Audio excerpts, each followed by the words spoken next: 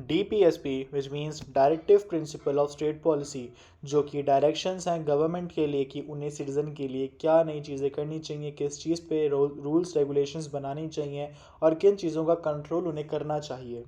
ये सब बताया गया है हमारी DPSP में, जो कि हमारे 4th पार्ट में दिया हुआ है और इसमें आर्टिकल्स 36 से लेकर के 51 तक दिए हुए हैं of the Constitution of India. इसे B.R. अम्बेडकर जी कहते हैं as a novel feature of the Constitution. साथ ही DPSP को इंस्ट्रक्शंस बोला जाता है और इन्हें साथ में soul and the philosophy of Constitution भी के नाम से जाना जाता है। इनके अंदर कॉन्साइंस ऑफ कॉन्स्टिट्यूशन है कि वो ऐसा चाहते थे, पर उस टाइम पे हालात दूसरे थे और नीड्स दूसरी थी। फुलफ़िल करना था फंडामेंटल राइट्स को जो हमें दिए गए, इसलिए इन्हें इसलिए इन्हें पॉजिटिव राइट्स कहा गया, क्योंकि ये कंपल्शन नहीं था गवर्नमेंट के ऊपर कि इन्हें अप्लाई करना ही करना है। साथ ही साथ इसे sister part of fundamental rights भी बोला जाता है।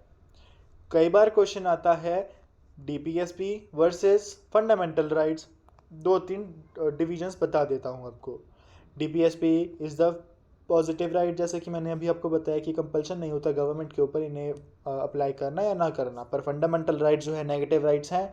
नेगेटिव इस सेंस में कि एट एनी कॉस्ट उनको फंडामेंटल राइट्स को फॉलो करना ही पड़ेगा। अगर आप नहीं करेंगे तो आप सुप्रीम कोर्ट के दरवाजे तक खटखटा सकते हैं। पर अगर DPSP नहीं होता है तो ये गवर्नमेंट के ऊपर रिस्पॉन्सिबिलिटी नहीं है इस चीज़ की। फंडामेंटल राइट्स जो है हमारे पॉलिटिकल जस्टिस को एम्पावर करते हैं, हक देते हैं पूरा पॉलिटिकली हमें जस्टिफाई करने का। साथ ही जो DPSP है वो हमारे सोशल और इकोनॉमिकल जस्टिस प्रोवाइड कराती है।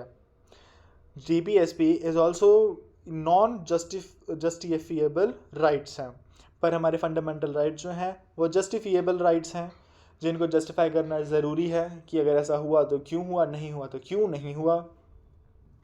अब हम डिस्कशन करते हैं कि DPSP आर्टिकल में डिवीज़न है तो 36 में डेफिनेशन दिया हुआ है और ये सेम डेफिनेशन है जो हमारे आर्टिकल 12 में दिया हुआ है। आर्टिकल 37 बताता है कि ये नॉन इन्फोर्सिएबल हैं, यानी कि लोग अपने पॉपुलर वोट के लिए DPSP लगवा सकते हैं।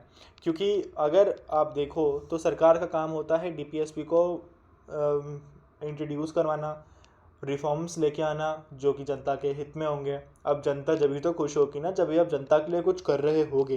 तो लोग पॉपुलर वोट पाने के लिए अपने मैनिफेस्टो में काफ़ी बार लिखवा लेते हैं कि हम DPSP के ये चीज़ों को मान लेंगे, करवा देंगे, पर वो करवा नहीं पाते। अगर वो करवाती हैं तो उनका मोटिव यही रहता है ताकि वो वोटर्स को लुभा सकें, ताकि वो अगली बार भी उन्हें वोट करें।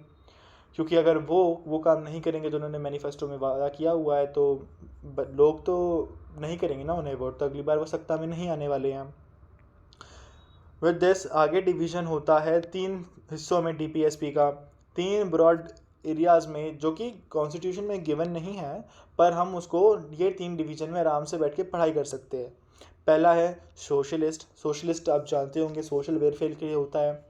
इसके कुछ आर्टिकल्स हैं जैसे कि 38, 39, 39A, 41, 42, 43, 43A और 47, जिसमें कुछ इंपॉर्टेंट टॉपिक्स मैं आपको बता देता हूँ। सोशल वेलफेयर के लिए, फ्री लीगल एड के लिए, मिनिमाइज इनइक्वालिटी, सिक्योर करना वर्कर्स के लिए काम को भी और उनके वेजेस को भी, मेटर्निटी रिलीव्स, साथ साथ में equal pay for equal work. ये आइडियाज़ थे DPSP के जो कि सोसाइटी में इम्प्लीमेंट कराए जाने चाहिए।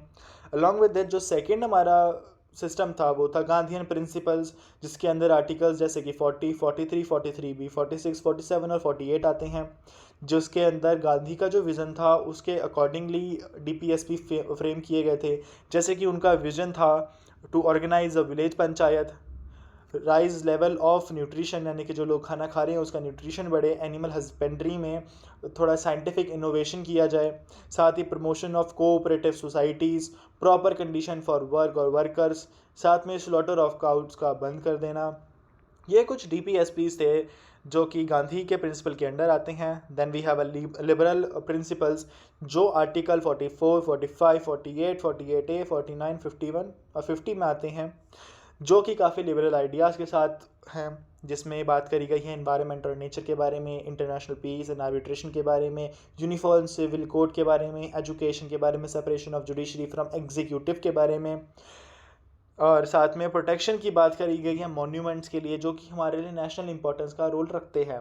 तो ये वाली बात आपने अगर नोटिस करी हो, नेशनल हेरिटेज दोनों का काम है, एज अ सिटीज़न हमारा भी और एज अ गवर्नमेंट उनका भी, कि उनको प्रोटेक्ट और कंजर्व करके रखा जाए। पर दुविधा की बात यह है, ना हम उसके लिए आवाज़ उठा रहे हैं, ना सरकार उसके लिए कुछ कर रही है।